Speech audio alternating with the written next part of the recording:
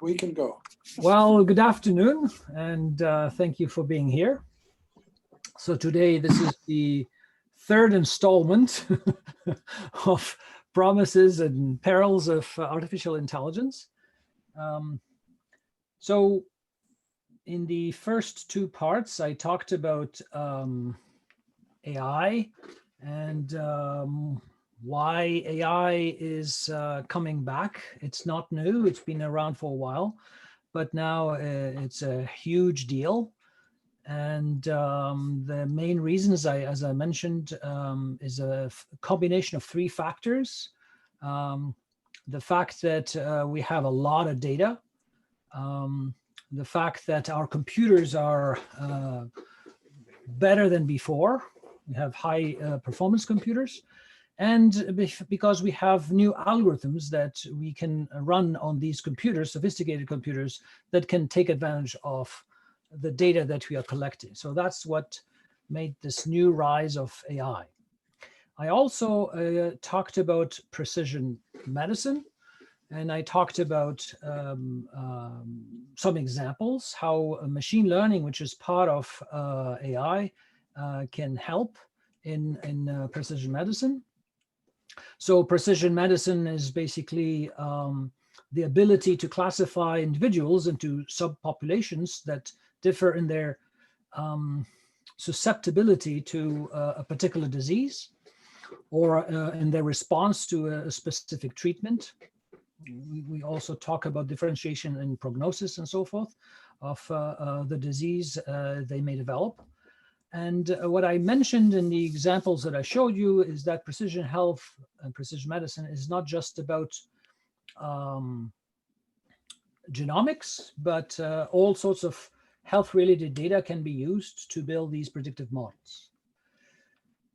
I also talked about amazing achievements to date. So already in the late 90s, we beat the best humans in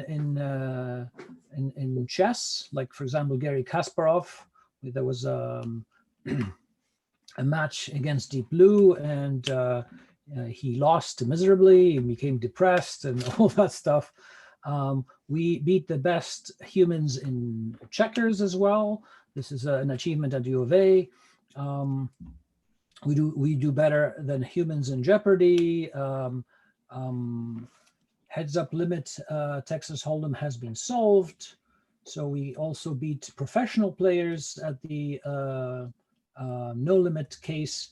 And everybody heard of the AlphaGo achievement, where we beat the best humans in the Go game. I skipped here the no hands across America. So already in the 90s, they started working on self-driving cars. Now self-driving cars is not a big deal anymore. Everybody knows about them. Actually, probably some of you have seen some of these cars.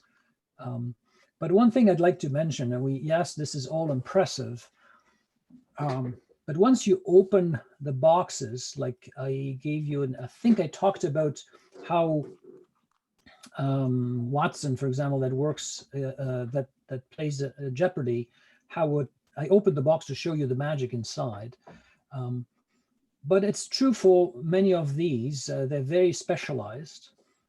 If you look at the self-driving cars, for example, Waymo, the company from Google, they say that they amassed 3 million kilometers of driving experience.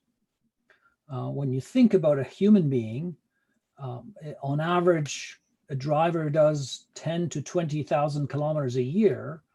In a lifetime, they don't do 3 million kilometers, and they drive better than these self-driving cars for now. Okay, so you have to take these, these are incredible achievements, but you have to take them with a grain of salt. I also talked about singularity very quickly, and I mentioned, according to me, you have three paths to this technological singularity. One is helping biology, which is kind of an unethical intervention, but it can be done. It may take too long. There's developing a better computer, but I also mentioned that Even though hardware is improving significantly, we're still lagging behind in software, and we're still far away. 3 is the cybernetic singularity, so combining humans and machines by a human-computer interface. This is, according to me, the fastest path to the singularity, and we have started it already. I showed you examples of body hacking and things like that. And then the 4th path mentioned that some kind of intelligence could rise from the collective of interconnected smart objects that we know as the Internet of Things. What control could we have in this context? I don't know. And I gave you the analogy of the ant colony. One ant can't imagine, well, we can't imagine an ant thinking about the architecture of this whole nest, but it's phenomenal. When we dig, we see what's inside. So it's the intelligence of the collective that is able to do these things. Oops, I'm skipping here. So computational intelligence, or artificial intelligence, I prefer calling it computational intelligence. It's an intelligence that we compute, is important not only to be able to build these computers that can solve many of our problems and help us to do things that we wouldn't be able to do, but also it's important to better understand our own intelligence, the complexity of this human, and the sophistication of the human intelligence and the human body itself, the machine. So AI is a tool that extends our capabilities. And I don't want to send a message that AI is a threat and is against us. AI is a tool made by and for the humans. And we are far from human level AI, according to me. We can use AI for positive social value, and I gave you examples in medicine. But of course, like anything else, it can have a secondary harmful usage. So it can also, like what Stephen Hawking was saying after saying that it's a threat against humankind, he said that actually the real threat is how we will use it. For example, it can be used to increase wealth and power, but concentration of that wealth and power could be a problem if it's not balanced properly. So we need to obviously have some regulations, and we should use such tools with rules by the collective, the humans. We have to be careful, whether it's local or international. So what I'm going to talk about today is actually I'm going to dig deeper in. Remember this figure where I told you that AI is part of computing science, which is part, and within AI we have machine learning, like many other subfields, and within machine learning we have different paradigms. Among them we have supervised learning, reinforcement learning, and unsupervised learning. I will zoom in. I will zoom in this supervised learning here to show you some examples of how the machine learns. Okay. So the machine learns by example. The machine learns with experience, like a child. And I'll give you a very simple example. If I ask a child, sit next to me and watch me what I do. And so the child will learn by just observing me. And imagine I have a pile of balls of different shapes, well, they're all spheres, but different sizes, different colors, maybe different textures, different weights. There's a pile in front of me. And I have also a set of buckets. So a gray bucket, a red bucket, a blue bucket, a green bucket, and a black bucket, and so forth. And then I take a ball, I look at it, touch it, turning around, see the weight and all that stuff, all the features that describe that ball. And then I decide to put it in one of the buckets. Then I take the second ball and I do the same thing, third ball, and so forth. the child watching me will start building a model in their head, trying to understand the reasoning. Why do I put the ball in this bucket or the other? What makes me decide to put it in this bucket or the other? Is it the weight? Is it the size? Is it the structure on the? Is it smooth or rough or whatever? Or is it the color? What is it? Or a combination of these features? So after a while, watching me, and that's the experience, I may tell the child, okay, it's your turn. Now you take a ball and you put it in the right bucket.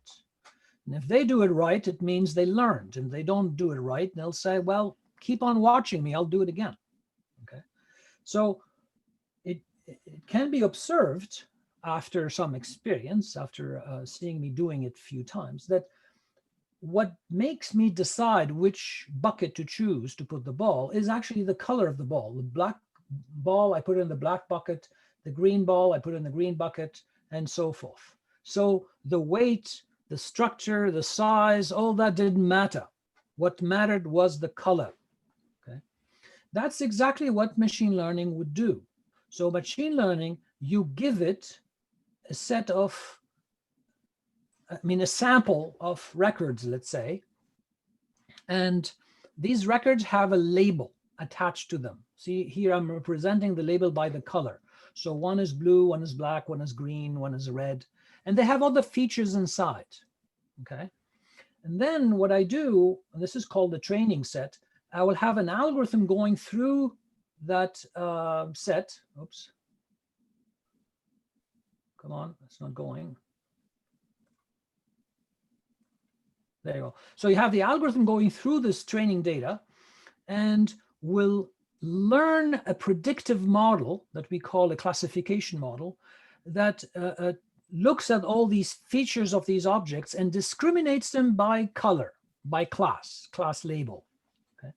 Then once I'm satisfied, I'll have to test this, how it works. Then when I'm satisfied with this, I will use it to label new objects that haven't been labeled before. What does it mean, label them? It means I want to put colors on them. So this one's actually red, this one is blue, this one is blue, this one is blue, based on their characteristics. Okay, I'll explain with another example. You have now emails. These objects here, they're messages that you get on your email. And then by reading your email, by deleting your email, by storing some, by replying to some, and so forth, that's the observation that the algorithm will have, and will learn a predictive model that discriminates between spam and good email. What is spam? What is good email? Then when it learns properly to discriminate between the two, I'll be using it for all new emails coming in. So the new email coming in will be automatically predicted whether it is spam or non-spam based on what it learned from these examples.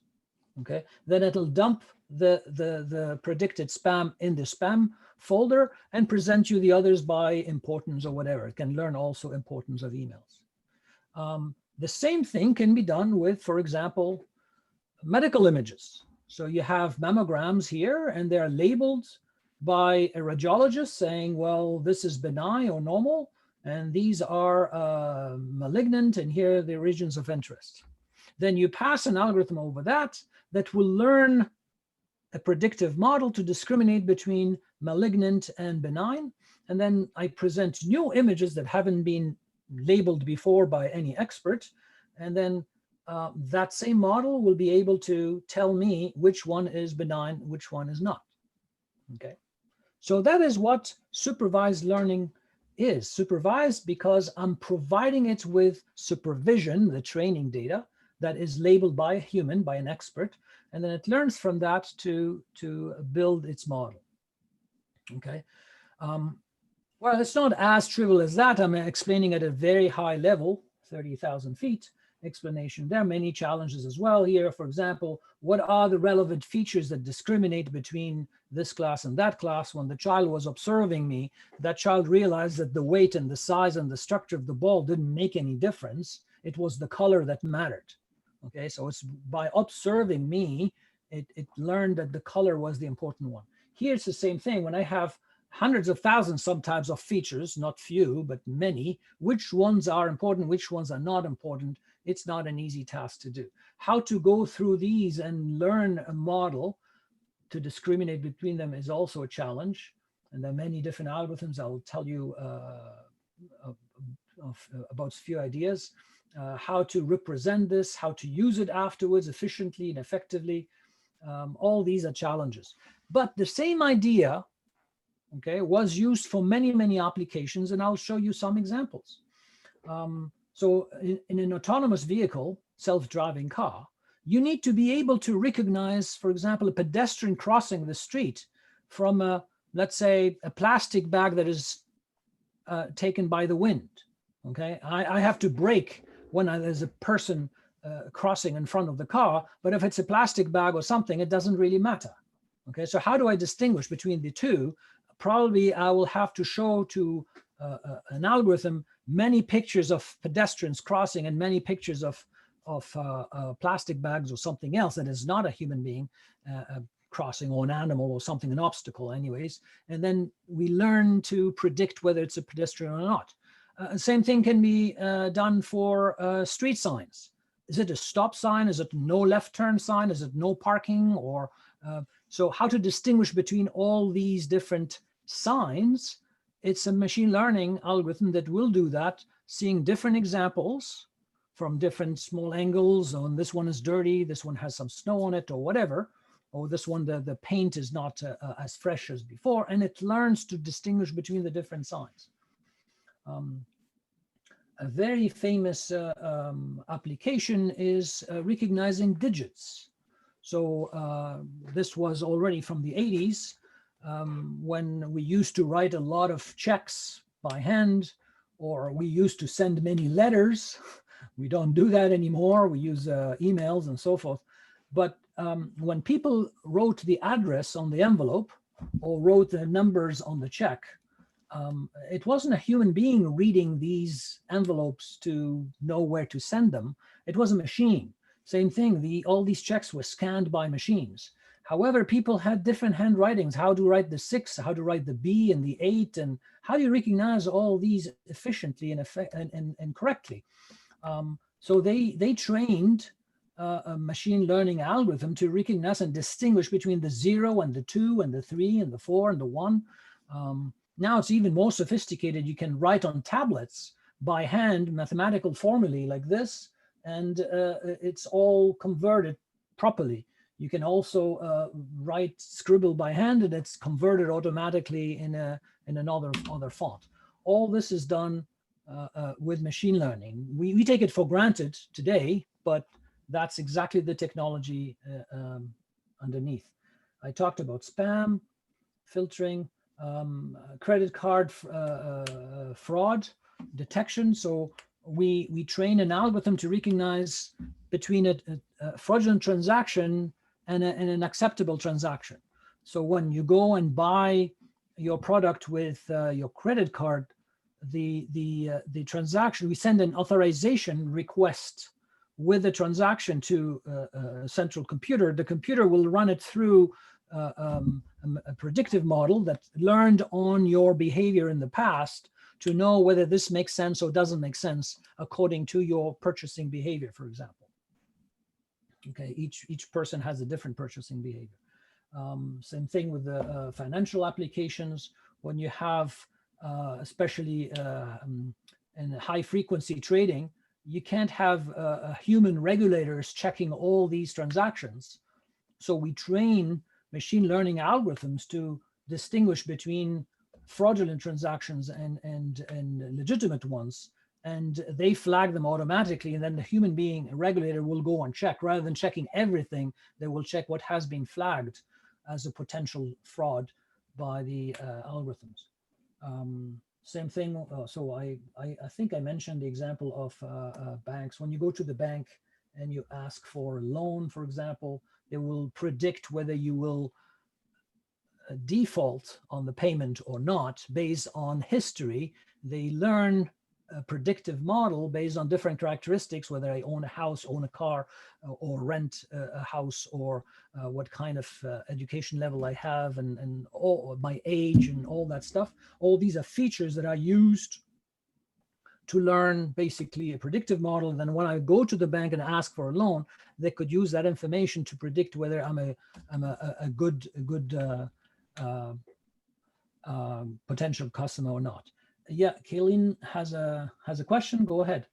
Yeah, sorry, I didn't want to interrupt you. So when you talked about machine learning and machines being able to distinguish like sidewalks and vehicles and that sort of thing, I was just wondering, so for example, sometimes when it asks you, oh, are you a robot? And then you have to pick the sidewalks and all that. Why do they do that if machines are quickly able to do that or are on the path to be able to do that?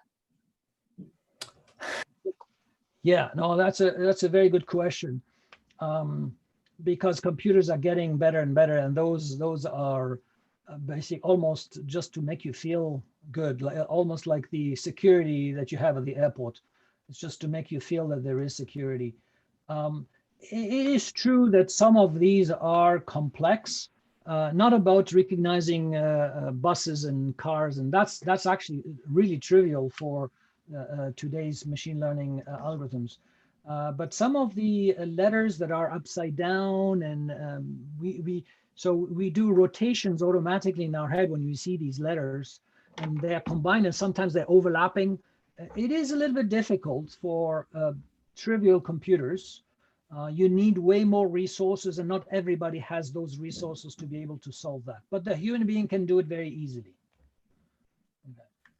But soon they'll be useless, because computers, as I said, are becoming better and better. And today you can buy a GPU for less than $1,000, and there are algorithms that can handle those kinds of CAPTCHA very easily. Yeah. Thanks. You're welcome. So in addition to financial applications, we have also recommender systems to be able to recommend what's the next movie you should watch, or which product you should buy next, and so forth.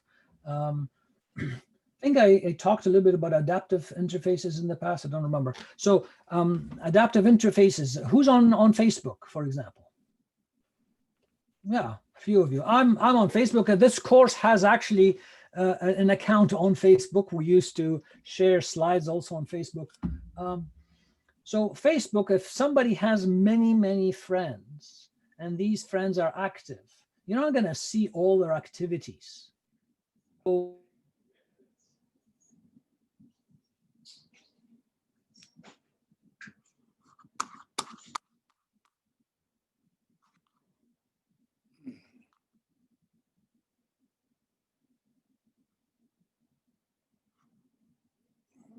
and it learns what kind of activity you'll be likely interacting with.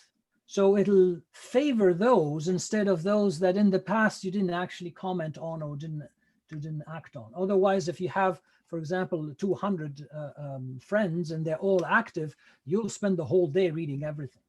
And so the interface that you see is adapting to you.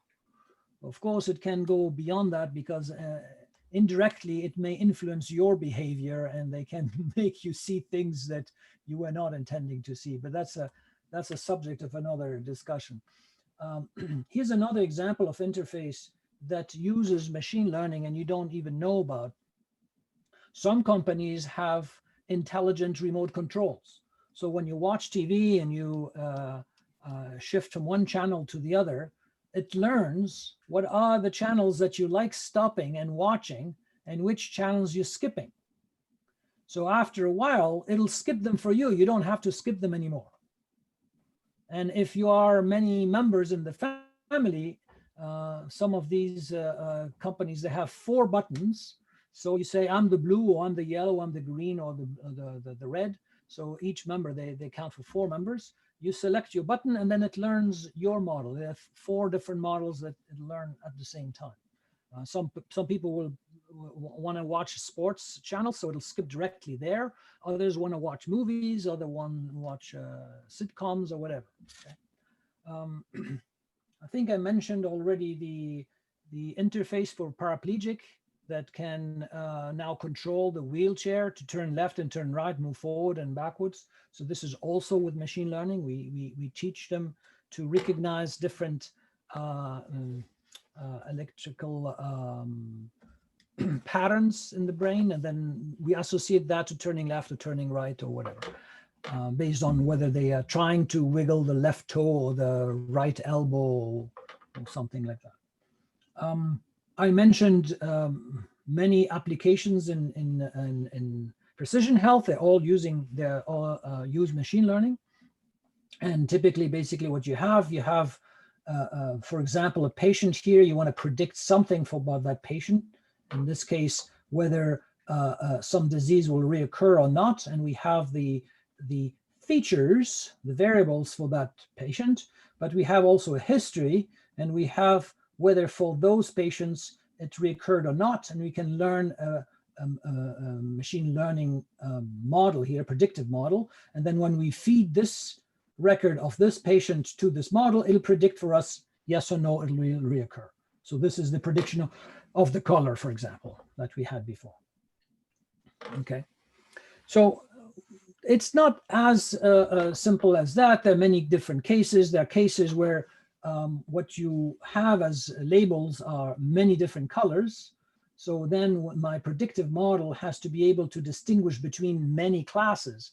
But in many, many applications, you have only two classes. For example, sick or not sick, or this particular disease or the control, the people who had this treatment, and so forth. So you have two classes.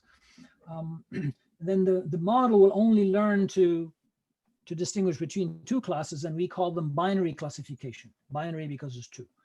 So many algorithms are specialized for binary class classifications, and some others are specifically designed for multiple class.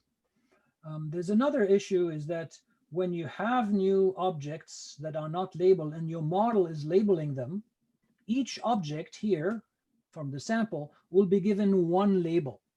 But there's some applications where for each one, you may give one or more labels.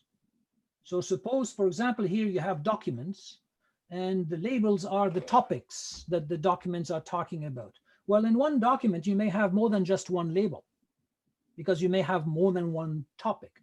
Or imagine these are pictures, and I'm trying to identify the animals in the pictures. Well, in the same picture, you may have a cat and a dog at the same time. You don't have just a dog or just a cat. Or even if I'm trying to distinguish between the different types of cancer, well, one medical image may have two types, more than, or three types of the cancer in the same image. Okay. So this is called a single label classification. This is a multi-label classification. There are other issues as well. When you give training data and you learn a model, some of these models are black boxes. It means you don't know how they work. You don't know what was actually learned. It's not easy to interpret. Yet it works very well. When you give it data, it'll to predict. It'll predict it perfectly. But there are other methods that after learning, it generates not a black box, but I'll call it transparent box. You can see the model inside. For example, here I'm representing rules. If A and B, then it should be this class. If I have C and D, then it should be this class. This is human readable, but other black boxes, other methods are not readable. The advantage of having a transparent box is not only you can interpret it, okay, but you can also edit it. You can make changes. If you are the expert of the domain and you see that the rules, the model that was learned is not really what you know, there's something missing, because what it learned is based on the sample that was given to it, the training data. There are things in the real world that are not represented in the training data that you as an expert know, then you may inject it you may make edits in the model. Okay, in a black box you can't do anything. There are other things that are important to know, and that's very specific to, well, it's not specific, but it's very true for healthcare. often methods assume that your data is balanced. You have as many from one class than the other. Okay, so the training data that is given to it is distributed in such a way that you have as many samples from one class than the other. But the truth is that it's not always the case. Let's think about testing for breast cancer. If I'm going to a screening station, majority will be fine. Only a minority will have possible cancer, and we'll send them to an oncologist to check. But if I go to the office of the oncologist, the majority that they have there are actually with cancer, because that's why they were sent there. So if I take a sample from the screening station, it'll be completely imbalanced. If I take a sample from the oncology office, it'll be completely imbalanced the other way. So in reality, most of the time, when we have training data, it'll be completely imbalanced. And why that's important, because if you don't pay attention to this imbalance, then I can very easily build a silly model that always predicts the green in this case, and it'll be a very high accuracy. Okay, so actually the measure accuracy means nothing in this particular case.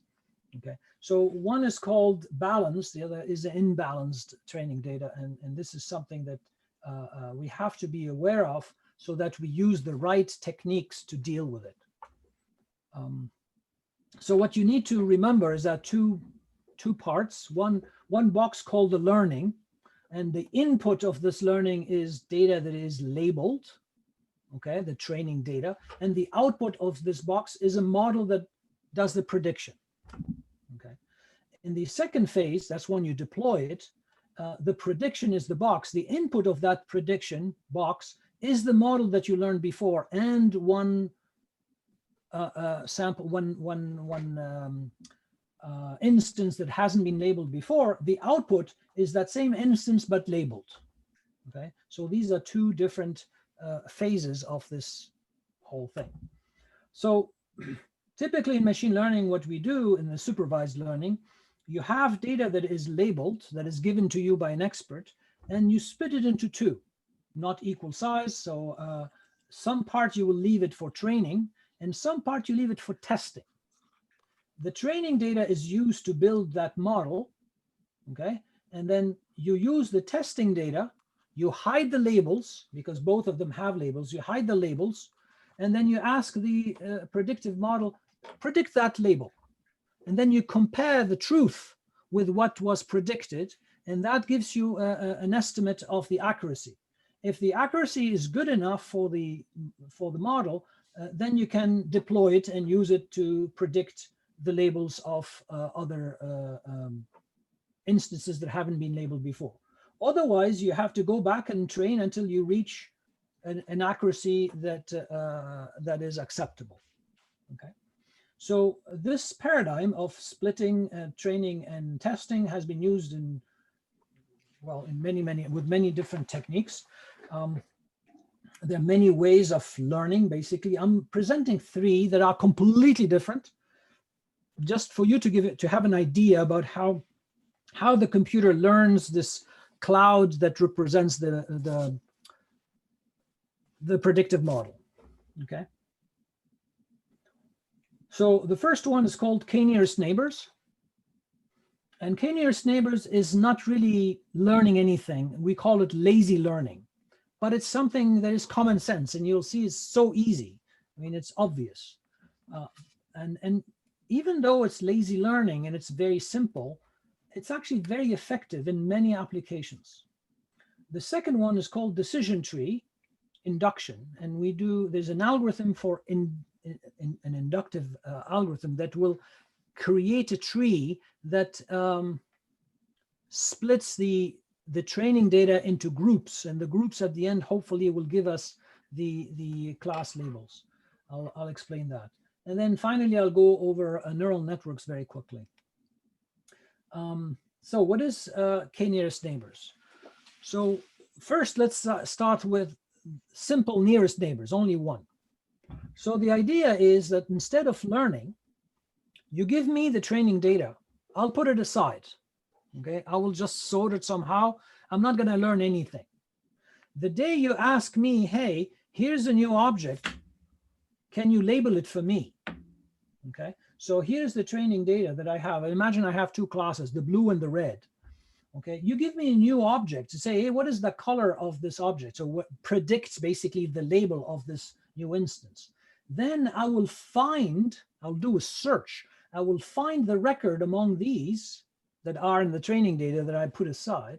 I'll find the one that is the closest to the one that you give me, the nearest neighbor, okay, closest in terms of the features or the variables inside that describe that element.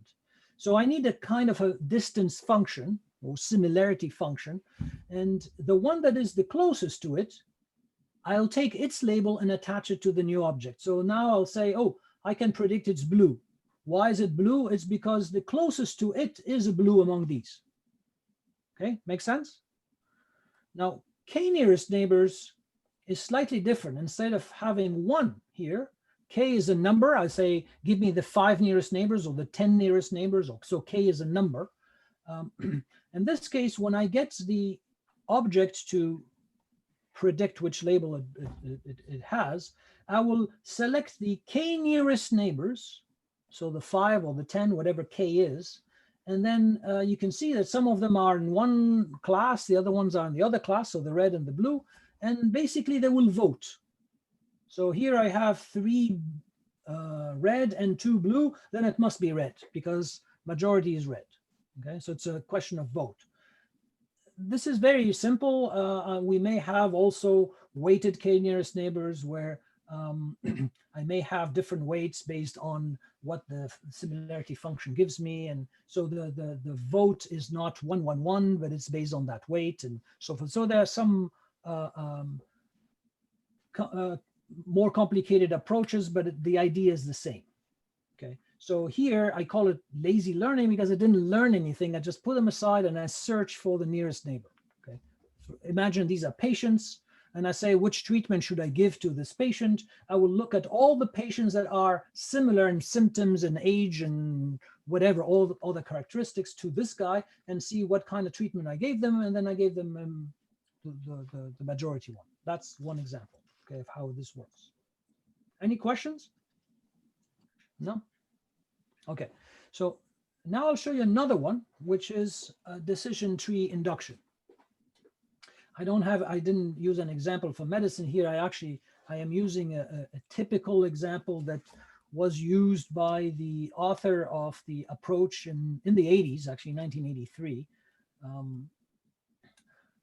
This approach was proposed by Quinlan, and he has an example with playing tennis. Okay, so he has the observation. So he has a log where he recorded the weather when he played tennis and when he didn't play tennis. And he wanted to build an algorithm that can predict, by looking at the weather, will predict whether he will play tennis or not.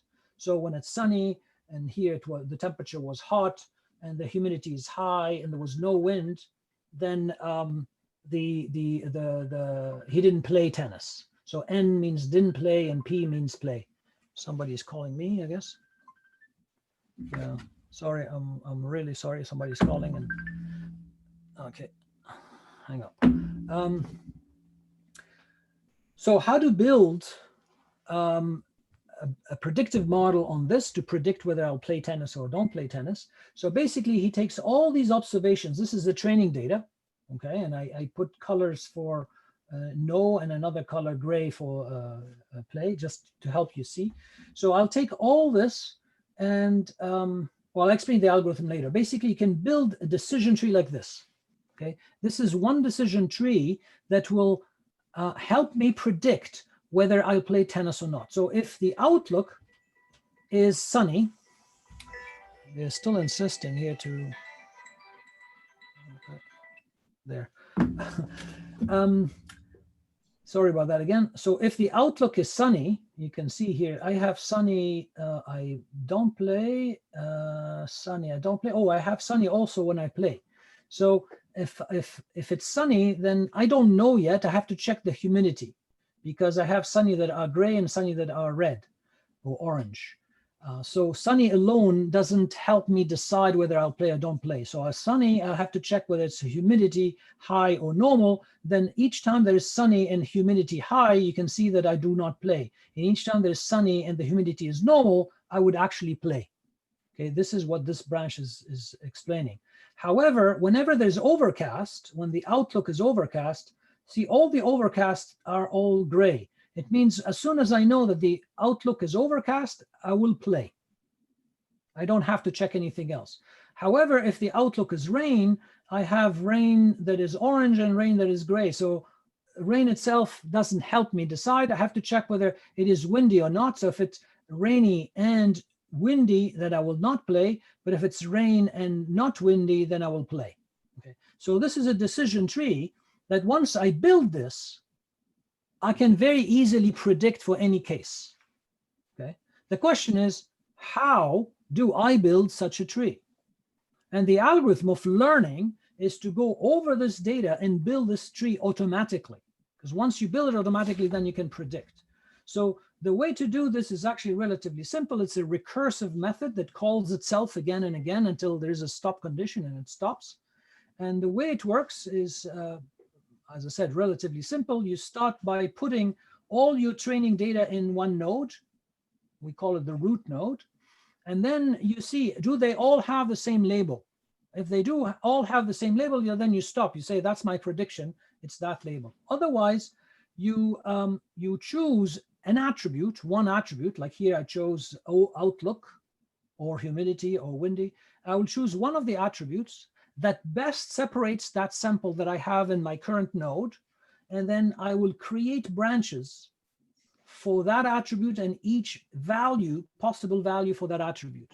So I will split the data that I have in that top node by the different values that I have in that first node, which is outlook. In this particular case, I chose outlook.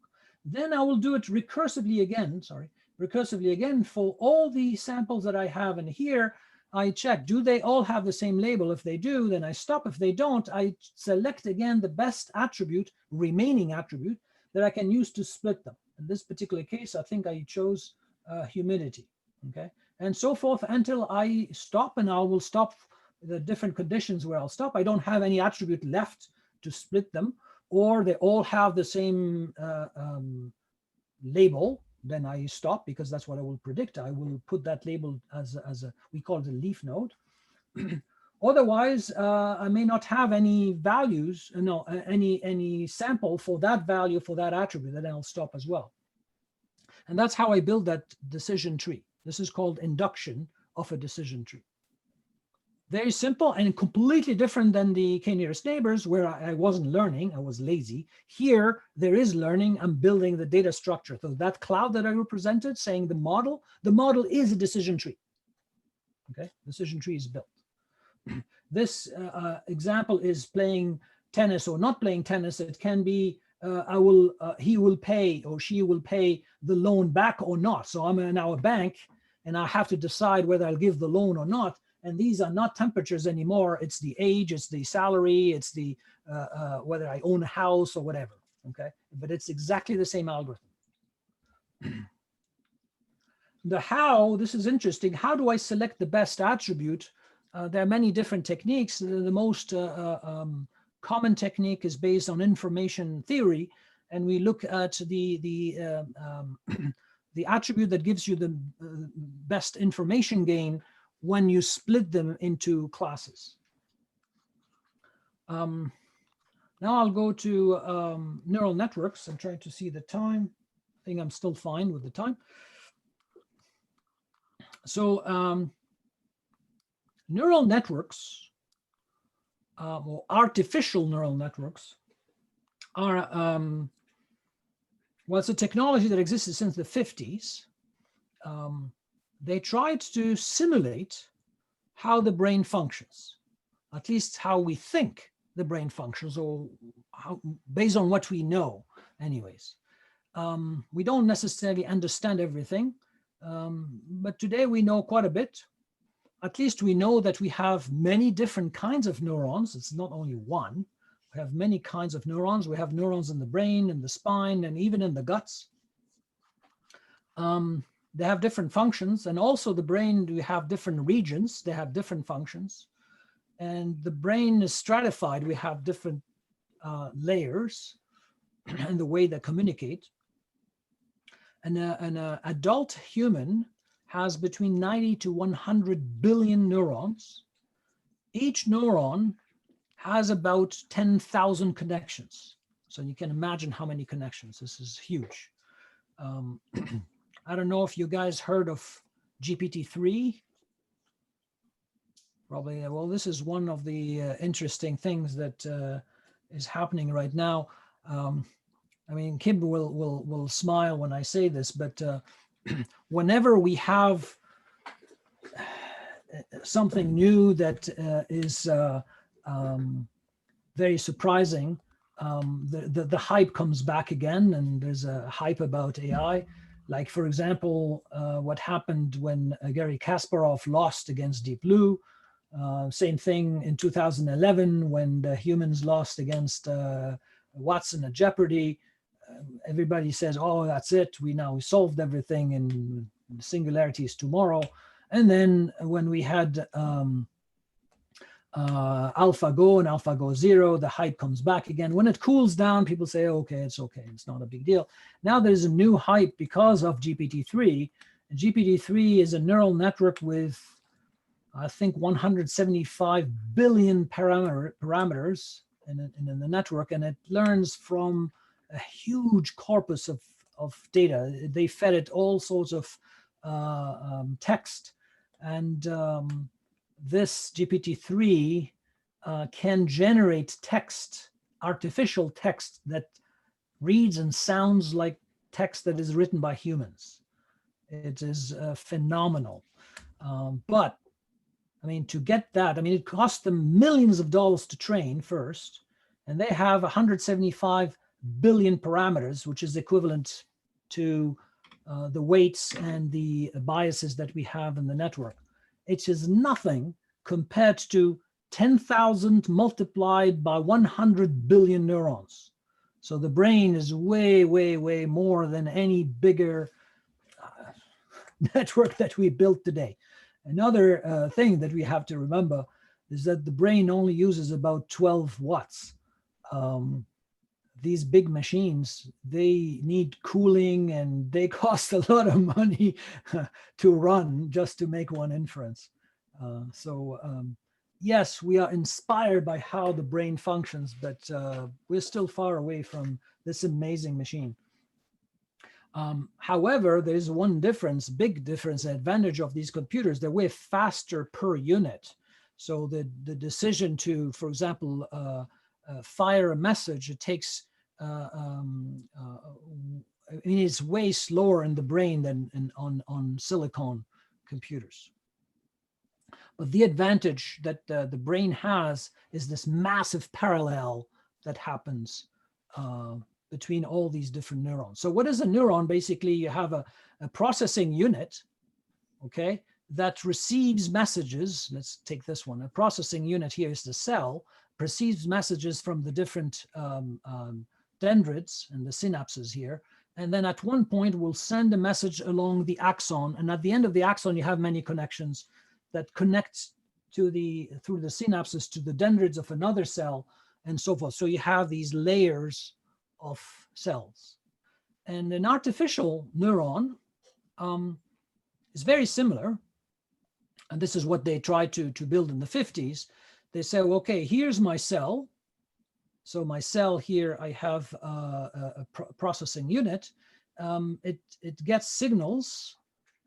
I have n signals. This is the vector x here, n signals. But each signal, like in the neurons, they don't have the same strength. These connections, they have different strengths. So here my connections, they will have different weights. So I have a vector with weights, as many weights as I have connections. I have n here. And they come here, and at one point, there's an activation function that will fire a message. And this message will go to different neurons that come in the second layer here. So it seems like it's only one connection, but I can have as many connections as I want to connect to different neurons afterwards. There's also a bias that I may add, and this message can be exciting the next layer, or can inhibit the next layer if this is positive or negative. Like in the brain, we have also inhibiting signals and we have exciting signals. So the same thing can be happening here. So basically, an artificial neural network, you have a bunch of these neurons. So each one of these circles is this guy here. And you can see this guy here has many connections coming to it, and each one has a different weight. So these are weights on the edges between the nodes.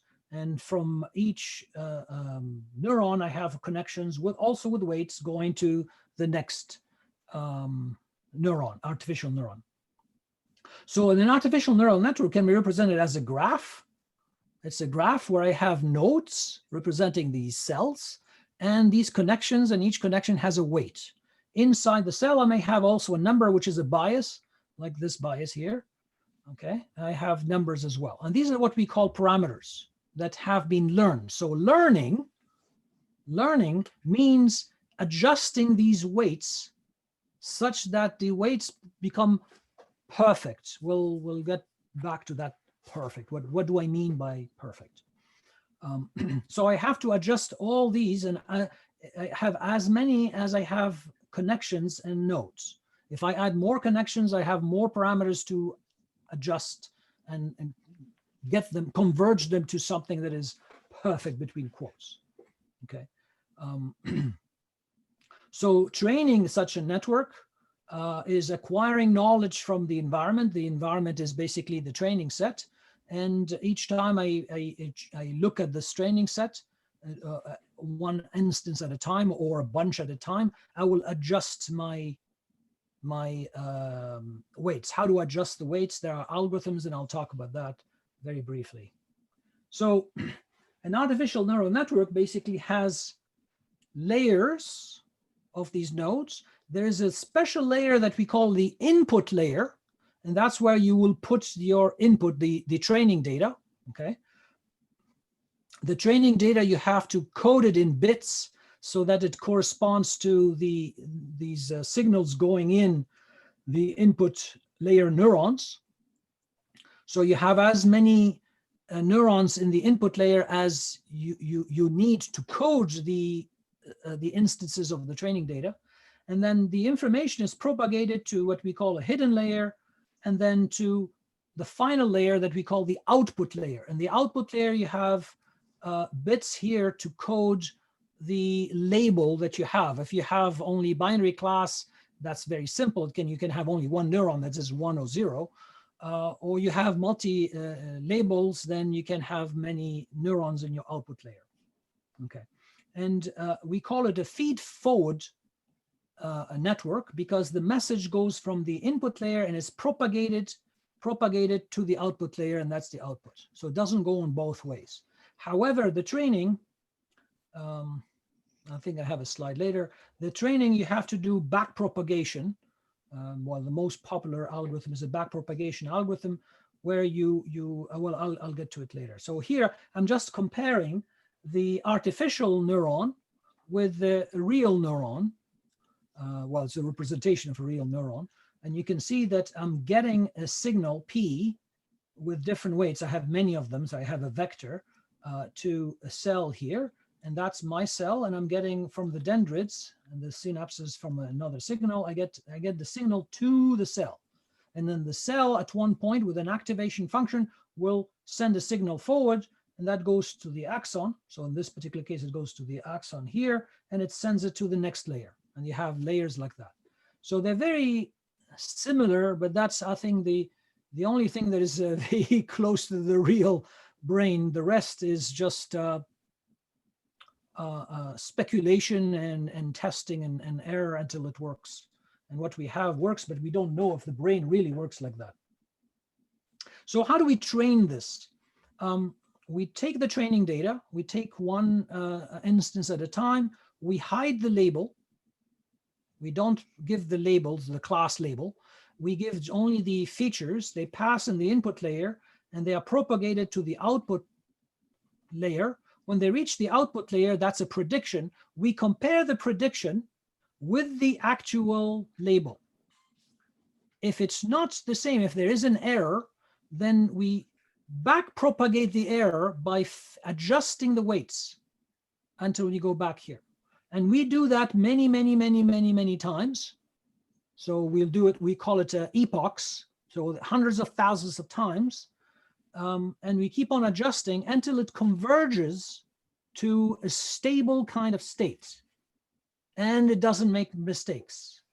And that's when it learned. And then your model, what is the model? The cloud that I represented in the beginning. Well, the cloud is the network itself with all its weights and all the biases.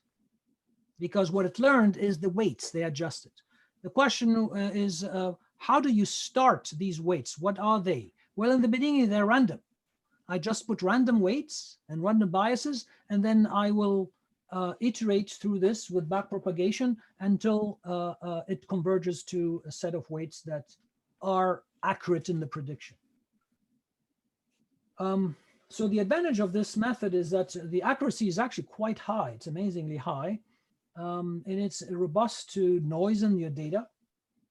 The problem is that it takes a very long time to train. That's why we're happy to have these fast computers today. It's also very difficult to understand. You remember the black box of the interpretable box? This is a real black box because what it learned are these weights. And when you try to understand it, it means nothing. You can't also inject knowledge there because injecting knowledge means changing the weights. But if you change the weights, it has an impact everywhere. We cannot edit it. So the interpretability is extremely difficult. And people are working on this. There's a field in AI called explainable AI. They're working in particular on trying to explain how the neural network, once it learned, how it makes the decisions. The design, how to design the neural network, how many input layer, how many hidden layers, and what is the structure, how many connections. You don't have it fully connected. There's some connections that exist and some connections that don't exist. So how to design the structure of the network is an art more than a science. It's actually quite complicated. If it's too small, then it's very slow to converge. And if it's too big, then it overfits the data. It learns perfectly the training data and it doesn't generalize. So finding the balance is a complicated dance. And deep learning, which is now the technology that is making a lot of noise in the media and everywhere, and it's implemented in your phones, and it allows you to do amazing things. That's deep learning. And deep learning is a rebranding and evolution of the early neural networks, but it inherits all the pros and cons. So deep learning, as I said, instead of having just one hidden layer in the olden computers, that's all we could do. And the new computers were able to add way more hidden layers. So we add way more parameters. It takes, it requires more resources to train something like this. But hey, today's computers, we can do that. Yeah, they learn very well, and we are able to also do try different architectures and train them relatively fast, given the technology, the hardware technology that we have today. And there are many different architectures. So what you need to remember, this is the slide, the important slide that I want you to remember that I showed you already before. Basically, supervised learning is about getting data that has been labeled already by the experts.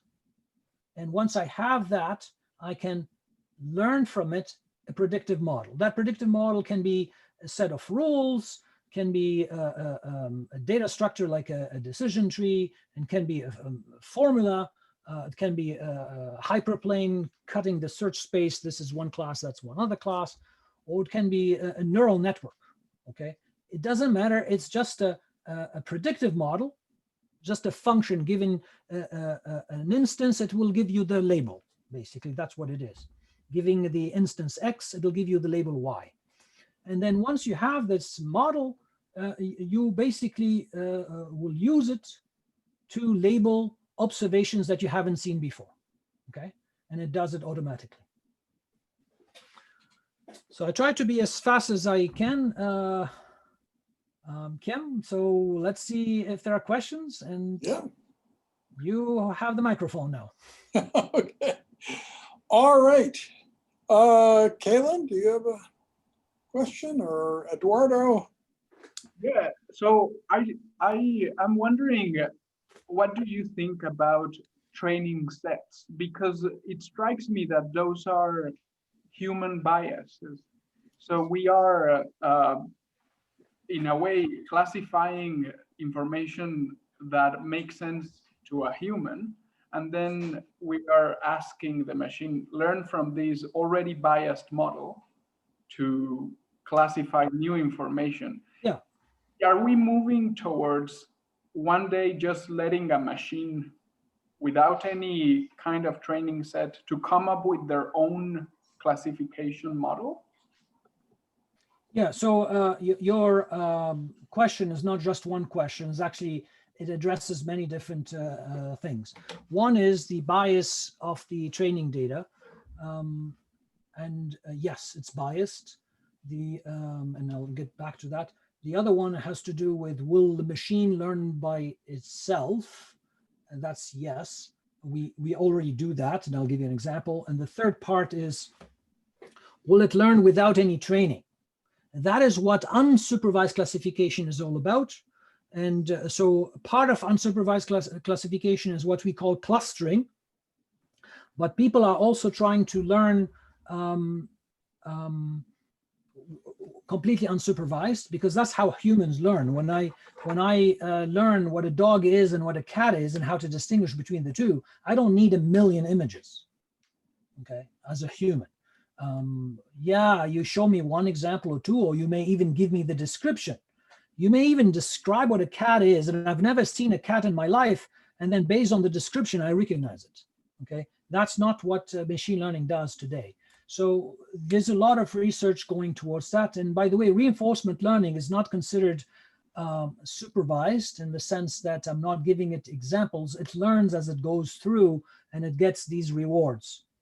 So that's a different paradigm. But let's go back to the case of will the machine learn only from data that I give it, and I'm biased? No, not necessarily. It can also learn from observation, like the spam and non-spam. The machine was observing you, what you were doing.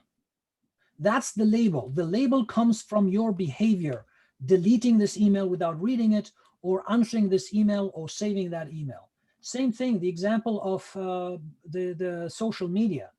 The system, the algorithm was looking at you, what you liked, what you shared, what you commented on. It's your behavior that is actually labeling.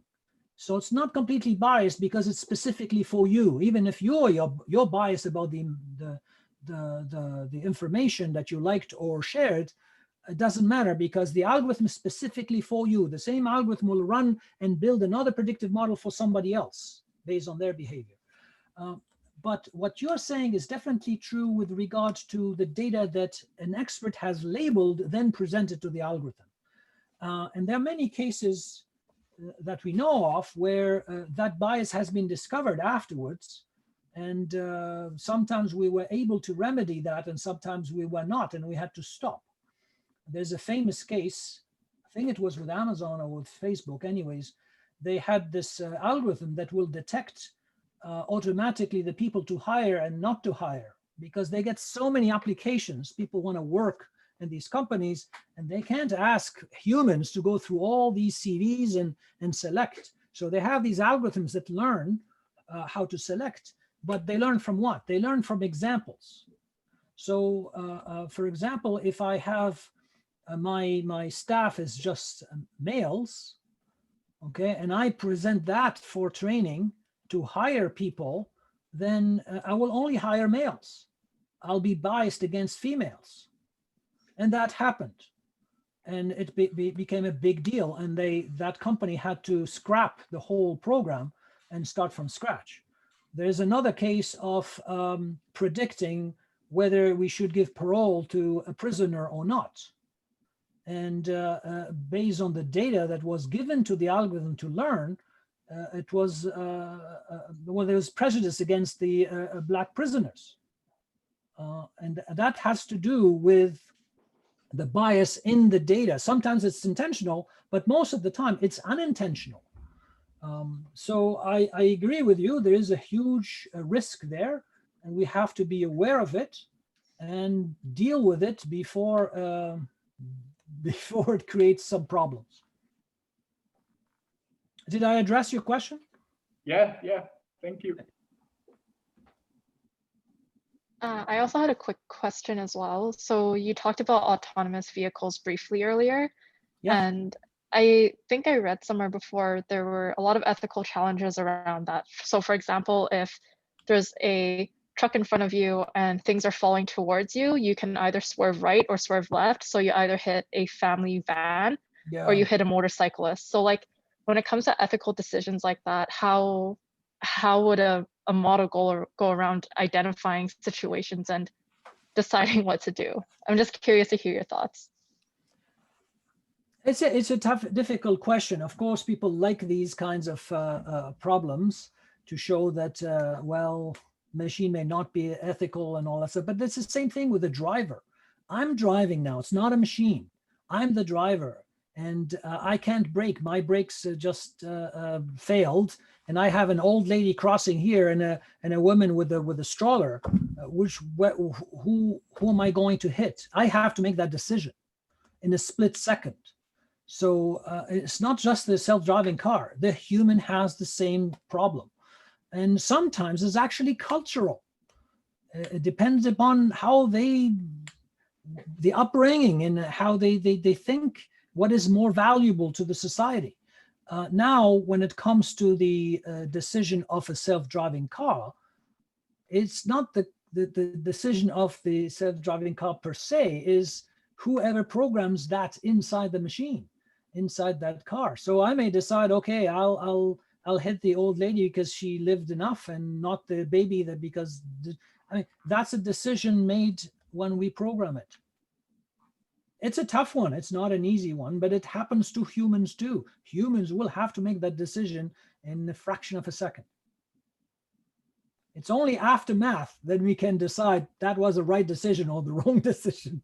Yeah, for sure. I think it's just interesting to think about too, because I agree. When it comes to humans, you can at least give them the benefit of, oh, you have to make that decision. But now it's like an intentional programming of that into the cars, which is a different situation. It brings up other ethical questions too, because if that happens, was it the responsibility of the driver behind the wheel, even though it's a self-driving car, but I'm sitting there, I could have taken control in the last fraction of a second. Is it the responsibility of the automaker? Is it the responsibility of the company doing the program, or the programmer himself or herself putting that, whose responsibility is it? That's a tough question. We don't have the answer to that. And I'm certainly not the specialist to be able to adamantly answer that question, say that's the right thing, because what is right for me may not be the right answer for somebody else. Yeah, no, that's fair.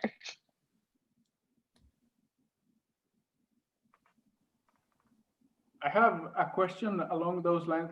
That's a wonderful thing to touch base, Leanne. So if we were to put all the cultural background of humanity in a learning model, then how do you predict the machine would give way to each cultural input? Which precedes another one, and in the end, will the machine be able to come up with the greatest value to human society? I think it'll go with the majority. What if the majority is wrong? So I mean, unless you teach the machine what is ethical. If you teach what is ethical, then it will tell you, regardless of the majority, that's the most ethical one. But if you go with just most people are saying and the other people are saying, all the cultures put together, you call them cultures, then it'll go with the majority. Yeah. But if it's not what you want to do, it's not the strategy you want to follow, you have to teach the machine to distinguish between what is right and what is wrong. And it's a machine learning problem. What is right and what is wrong? You're two classes. But you have to present enough evidence of what is wrong and enough evidence of what is right for it to learn what is right and what is wrong. Unfortunately, often you will forget some cases. And that's why the self-driving car, for example, after 3 million kilometers, is still not as good as a driver who just learned to drive 1 year ago. How complex. Because not all possibilities are seen in these 3 million kilometers. There's always a special case, like a natural language. You always have a special case that doesn't follow all the rules of the language. And we are very good, humans, we are very good at adapting to these special cases because we use reasoning as well. We reason. Also, I guess we are impacted by previous experiences in different settings, while the machine is only focused on experience on only driving, right? And we're able to translate, I guess, experiences in non-driving situations to our driving situation. Sure, we can use analogy from other domains to this domain, from ironing to putting the flag. I mean, we can move from one thing to another. So how do I make an omelet and how do I make a cake? They're two different things, but from making an omelet, I can learn something that I can apply for making a cake. I agree. And how to generalize knowledge. This is knowledge transfer. We call it knowledge transfer from one domain to the other. There's a subfield within AI and in machine learning, actually a subfield within machine learning. How to transfer knowledge from one domain to the other is not trivial. We do it instinctively. We don't think about it. But to give you an example, I worked on this problem of predicting the next treatment in the Workers' Compensation Board clinic after somebody has been injured, and we treat that person and we give a secondary treatment. We can build a decision support system that can predict what is the best one. We learned from data from one clinic, and it was very good. Then we used the same model in a different clinic, and it wasn't able to predict properly. Because each clinic, even though they are the same accidents, and we're talking about the same country here, we're not talking about Africa and North America or whatever, it's the same country in Canada. And it wasn't able to predict properly because different clinics have different ways of dealing with things. And they may favor different treatments than others compared to a different clinic. And that model wasn't adaptable. So how to make a model adapt from one domain to the other? And here we were dealing with the same domain, except the clinic was different. It was still the same accidents with elbows and back injuries and stuff like that. So imagine we humans, not only we would be able to do this transfer very easily, but we can transfer across domains. That's not easily done today. And that's why you have machines that are very good at chess. They beat the best of the humans, but that same program that does chess cannot recognize a stop sign from a don't left turn sign, because they're very, very specialized. They cannot generalize. Complex. Thank you. No, you're welcome. We are going towards programs that can generalize, but it's still in its infancy. We are moving towards that. You also mentioned that in black box models, it means nothing to us, but it means something to the machine, obviously, because it's doing its work properly. Is there a way to decrypt that? Because We are didn't- trying to. That's what explainable AI is all about. So, for example, the neural network that recognizes dogs from cats, let's say. So what it learns after seeing thousands and thousands, if not millions, of these images, it learns different weights in this network. Okay, that's what it learned. The knowledge is these weights. For us, it means nothing, but we can pass a picture of an image of a cat, so the image of a cat, and then see what are the sections of the networks that fire. And we can have a heat map. Okay, what are the neurons that are activated and what are the edges that are actually sending messages? And we can see in the network and the different layers, what are the different parts of the image that this neural network is focusing on. For example, the ears, the whiskers, stuff like that. So we can come up with some explanations, okay? But to really understand the importance of this weight compared to the other weight and the other edge, that's very complicated. And we don't know if I remove this edge, for example, will it what kind of impact will it have on predicting? If I change the weight of this edge, make this one strong and this one weaker, I'm not removing it, I'm just making weaker and the other one stronger. What's the impact? So I can't really inject my knowledge. I cannot transfer my knowledge, the way I recognize a cat from a dog, into these weights.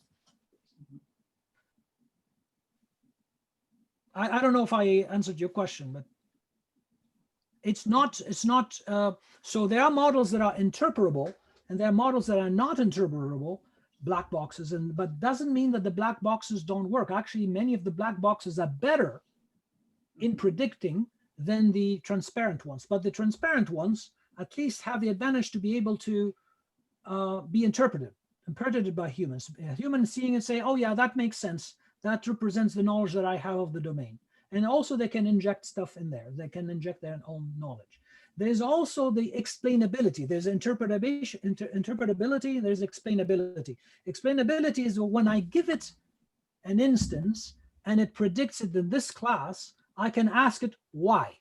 For example, if somebody goes to the bank and says, I want this loan, and the bank says, no, I'm not going to give you the loan, I want to be able to explain why don't you give this loan to this person. And the why should be an explanation that I can understand. But if the explanation is, oh, I don't give this loan to this person because the weight is 7.3 here and the other weight is 33, it means nothing. Okay, but if the explanation says, I'm not giving the loan to this person because he doesn't own a house, he doesn't have this degree, he is only 13 years old or whatever, you see what I mean? Then it's something that I can understand, and that's what's called explainable. It's explainable AI, but explainable AI encompasses explainability and interpretability. Interpretability is just the model, that cloud, can I look inside? And explainability is after we call it inference, after the prediction, can it explain why it made that decision?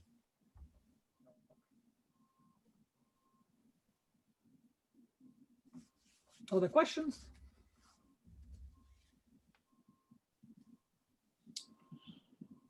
Okay, well, thank you for another Right on excellent time. teaching session. Yes, you did keep to time. Yeah, good credit for that. Okay, folks, so I'm going to go off and do this video shoot for the future and all that jazz. So see you on Thursday. Bye-bye.